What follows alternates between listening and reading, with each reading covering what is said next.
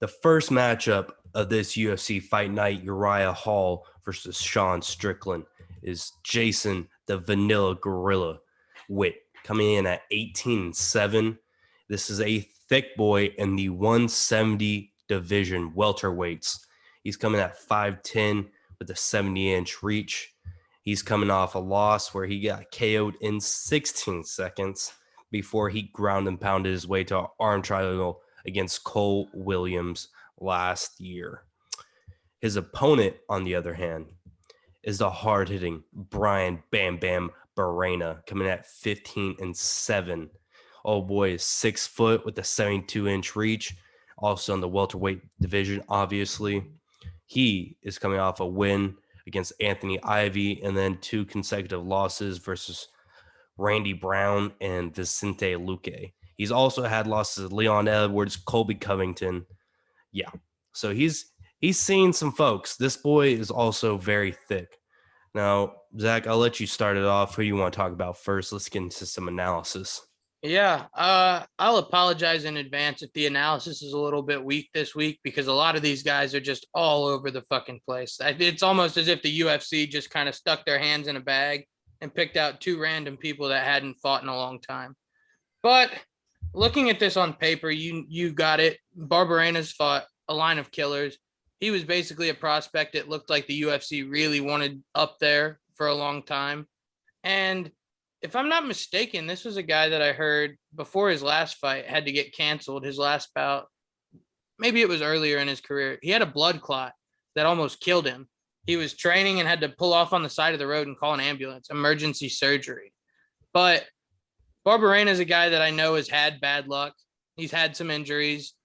And that's the only reason I think we're not, more recognizing of his name. And we're not looking at a number next to his name. Like you said, Jason Witt got knocked out in 16 seconds by Matt Semmelsberger, who's not known for being a finisher in any means. And then before that, he won. The fight before that, however, he got knocked out in 48 seconds. So he's been knocked out within the first minute of a fight, 2 out of his last 3, which is a major red flag for me. Barberena is going to be the bigger fighter here. And I'm not sure if Barberena is going to get a knockout or if he hurts him on the feet and then goes for a submission. But looking ahead at the bets, I think we can get good odds on Barberena inside the distance on this one, and that's what I'm doing. Hey, pal, I want to get some analysis in here, all right? Look, Barberena, I think he is a brawler. He's going to come in and he's going to throw hands. He wants to stand in the middle of the octagon and bang with whoever's in front of him. Also, his wrestling defense, as seen as the last fight against Ivy, was phenomenal. He got to the ground a few times, but for the most part, he was actually really, really good on keeping on his feet. But on the other side, you have Jason Witt, who Zach alluded to. This guy is very chinny for not being in the sport too long. He's gotten knocked out in 16 seconds. And then before his last win, before that, against Takashi Sato, he also got knocked out in the first round, if I'm not mistaken. So I really see Bam Bam touching him up with the chin and knocking his lights out.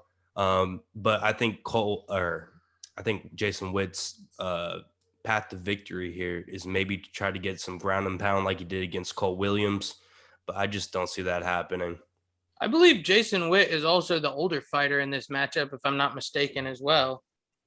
Not that really matters, but Barberena has run through this line of killers, has fought all of these people, has this great experience. And Jason Witt, on the other hand, has a lot of fights, but it seems like every time he kind of gets his opportunity, he drops the ball. So I have a hard time picking that guy myself. Yeah. All right. Well, let's get into the odds. Shit, I don't think I have them pulled up, actually. Let me pull them up real quick. Let's pull up some odds. All right. Sorry, people. Very unprofessional of me here. All right. What the hell is going on? Okay. So we have Jason Witt coming at plus 235, a sizable underdog this weekend, and Bryan Barberena at minus 250. Zach, your thoughts? Like I said, I'm pretty locked in on Barberena to win myself, but minus 250 doesn't seem like much value to me unless you're going to parlay it and play it with something else, which after my experience last week, I'm going to recommend against doing this week. But Barberena wins inside the distance at plus 100. That's pretty solid odds to me. And then